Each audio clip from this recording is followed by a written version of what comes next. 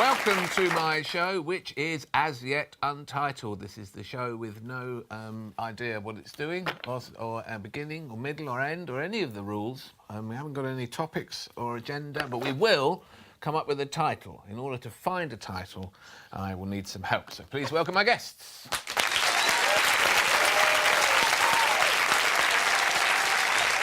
Welcome. Welcome, here they are. Now, let's see who we have. Jessica Knappett is here. Jessica Knappett, who is a friend of Robert. Jessica's here. Jamali Maddix, welcome, Jamali. Jamali Maddix is not welcome in the hood or in Bob's house. Jamali Maddix. And Ardal O'Hanlon, welcome, Ardal. Ardal O'Hanlon is actually really like that.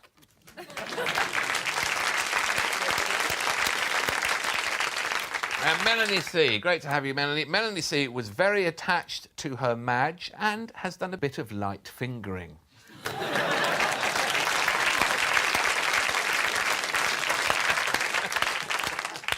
I find hard to believe. We've been trying to keep up with the football scores. It's Leeds 0, Liverpool 0 at the moment. We've got a Liverpool and the Leeds, you see. That's why going on here. Are you into football, Jamali? No. Are you into football? No. All right, well, you two are out there. No, I went the first... My friend tried to get me into football. Yeah. He was like, come on, Jess, you can do this. You're from the north. Like, this is a thing that you're supposed to like. Yeah. My first football match, 0-0. Where was it? Bradford City. Valley Parade. Valley Parade, yeah. Is Bradford your town? Uh-huh. Bradford. Yeah. Bradford, aye. Yeah. Yeah, from, well, the moors near Bradford. The damp Yorkshire moors. Which bit of the moors? Shipley. Shipley. Where all the bodies are buried.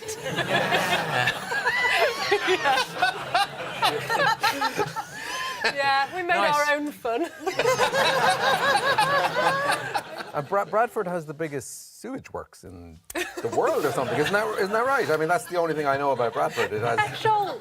Is it Esholt? Yeah, because Yeah. it was right next to my school. We used to smell it. The smell of my school was shit. Whenever I smell shit now, I'm like, school days. Best days of your life. Yeah, this place really isn't getting sold to me to go there. Like, I'm never going there. Yeah, no.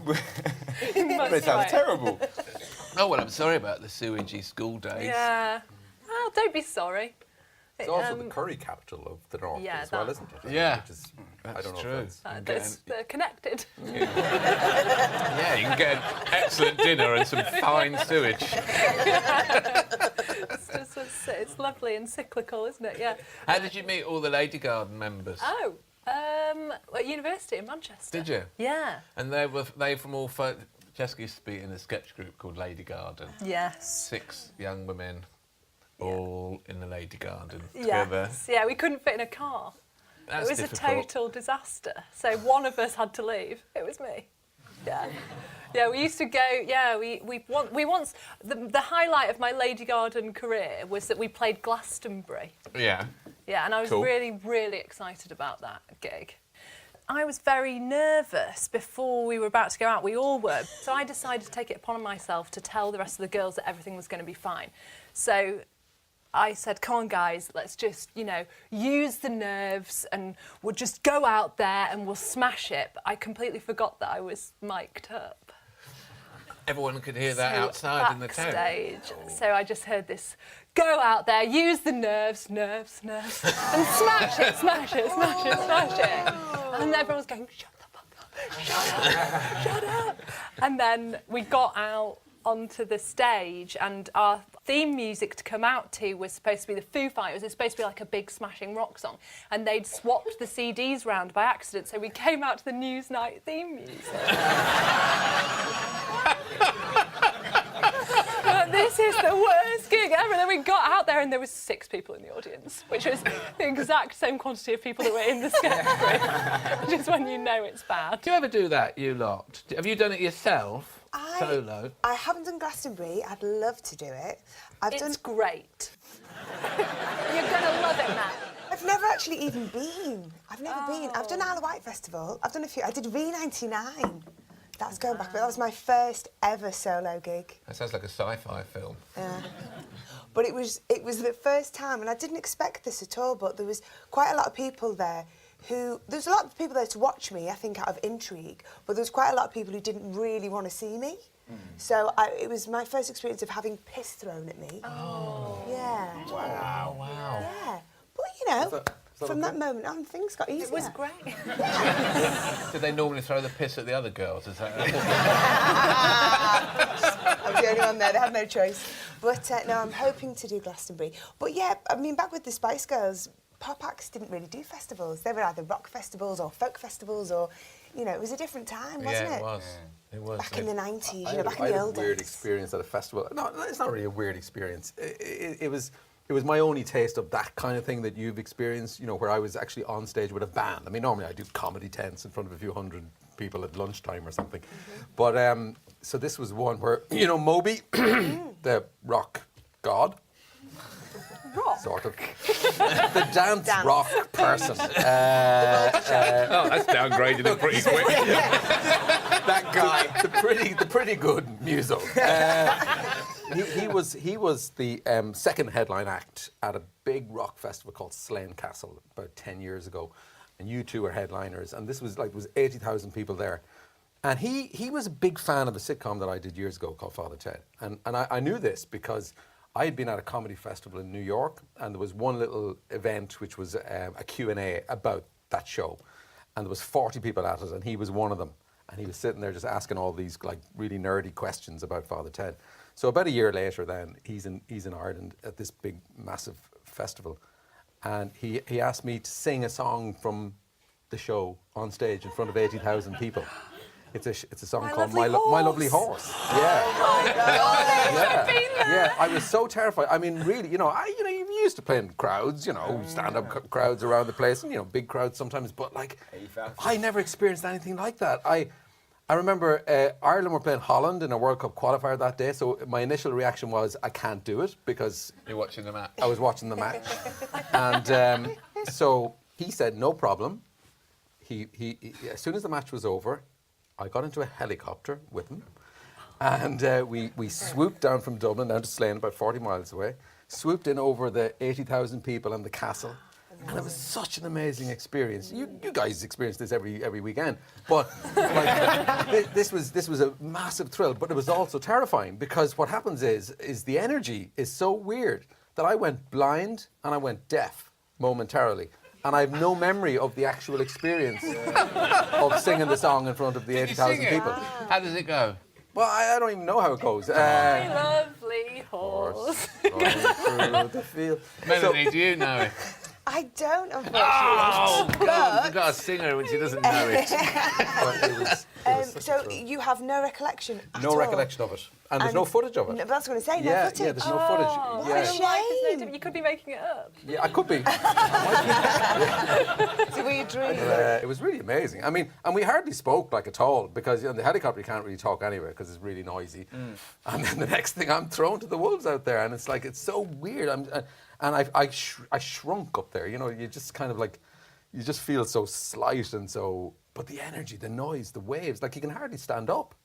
The energy coming off that But I crowd. think it's- and they all knew it. They all knew it. It's just what you're used to, though, isn't it? Yeah, Because I think yeah. most people would say being a stand-up is the most terrifying thing. But yeah, there is some scary moments. But what I find, actually, and you might find this as well as comedians, that sometimes a smaller room is more intimidating. Because the bigger the crowd becomes, you don't feel, you know, there's that lack of connection, isn't there? It's weird. Yeah, if it's a small room, there is always that person who's just looking at you. Yeah. Don't always focus With a bottle on of piss in that their person. hand. I had a bottle of piss, a half-eaten apple, and a Weetabix. Which I thought was, and I thought they must have had a really good chuck, because they're quite light, aren't they, A Weetabix? Weetabix. Yeah, they've probably And do you skimmed it. And you like bring it with the intention to throw, or do you just have like, I need something, a Weetabix? Like, Just give me or do you just bring it with you? Like, I'm gonna throw this Weetabix at Yeah. someone. God damn it! Yeah, but it's not really food, is it? No. You're not going to miss it. No, throw it. I mean, obviously don't throw it, but throw it. I saw a taxi. I needed to get a taxi, and I saw a taxi, and I said to this bloke, "Are you free?" And he goes, "Oh, not at the moment. No, I've just had an orange thrown at me." I said, of all the reasons I've heard, that is. And then he held it up. He goes, look, that's just come through my window. Someone's just thrown that through my window. Like that. And it was a peeled orange. Right? And I was looking around and go, who threw it? And he goes, I don't know, I never even saw it. It just come through the window. I'm a bit shaken up. He goes, all right, go on, get in, go on. And we got in and we said where we were going, and then my wife, and then we were driving along, and then he's on the phone going, a whole orange! Peeled! So that was the thing that really got him, and it was weird. It was completely peeled. Well, wasted and all that peeling, and then you just gone...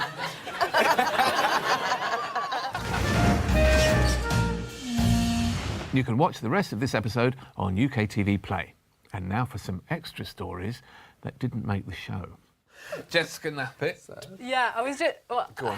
No, it was just reminding me of a story of when I got in a taxi once, and I was on the way to Pinewood Studios, and the driver was sort of telling me about all the things that were being shot there, and he was saying, oh yeah, we get all the guys from Star Wars in here, you know, we get all like the Red Dwarf lot, and I was like, oh yeah, I know Red Dwarf, and I told him this story about my brother who basically had been caught out by his wife, who had like a stash of porn underneath his bed, and it was like in a sort of a locked box basically, and he was just like, whatever you do, don't ever go in there.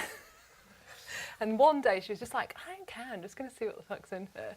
And she took it out, and it wasn't porn, it was Red Dwarf videos. It's like all the Red Dwarf videos, including the smeg outs, which are the like, you know, the things that went wrong. What do you call them? Blooper reels.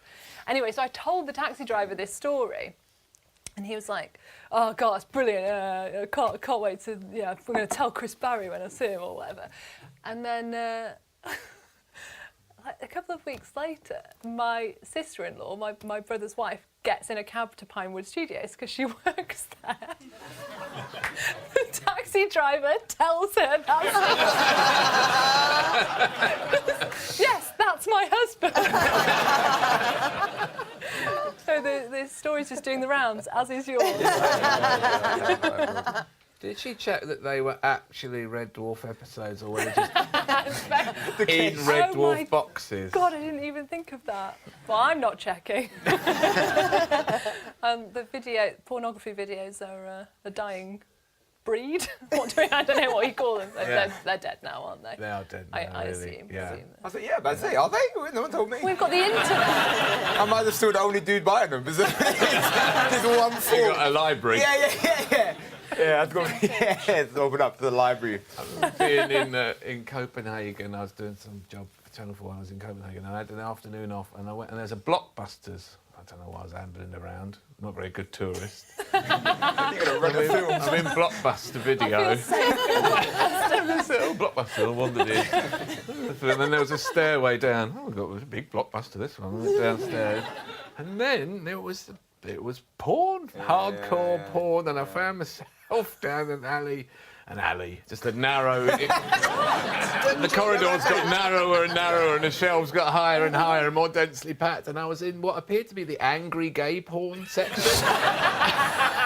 Because all the covers were men having sex, and they looked furious. And there was one cover that I still see it sometimes at night when I'm trying to go, oh my God! And it's 4 men bent over, so they're just their bums, you can't see their faces, and then 4 other men approaching them. They're going to fuck them to death! I was thinking, I've got to get out of here! And I couldn't really find my way out the corridor, and it got darker and darker, and where's the stairs? And oh my God! Ah! Thank God for the internet, you don't have to go through that experience. But no, I wish I'd bought it. The biography cover that stayed with me, Alan, was I found my boyfriend's porn once, and there was a picture of a woman, and she was wearing goggles. She was wearing swimming goggles. And I just looked at it and I went, why is she wearing goggles? Oh, well, And then, yeah, and then there was an answer, and I was like, I don't think we can answer that question on Dave, to be honest with you. I don't think that's a Dave-friendly My answer. response to that is, why don't more of them wear goggles? That's what I would think goggles would be the first thing I'd put on. What job is it today? Porn? OK, I'm wearing the bloody goggles.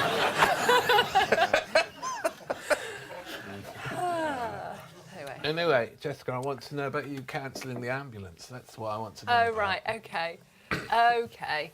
So this was, all it is, I just have a problem where if food is put in front of me, I will eat all of it. It's like a childhood thing, because when I was at school, I wasn't allowed to go out and play. I went to school in the Victorian time. The sewage wafting around, people burying corpses behind them. That was, yeah, Finish that was your fun. food. Want to play the shit. Yeah, so I've got this thing where I have to finish everything on my plate, and I don't like food waste. So I was being served up some spicy sausage pasta, and I ate a lot of it. And then I ate loads more of it because it was delicious. And then I went to bed. I was staying over at my brother's house. He's coming up a lot tonight, weirdly. Red Dwarf Marathon Yeah. all night. God. Goggles on.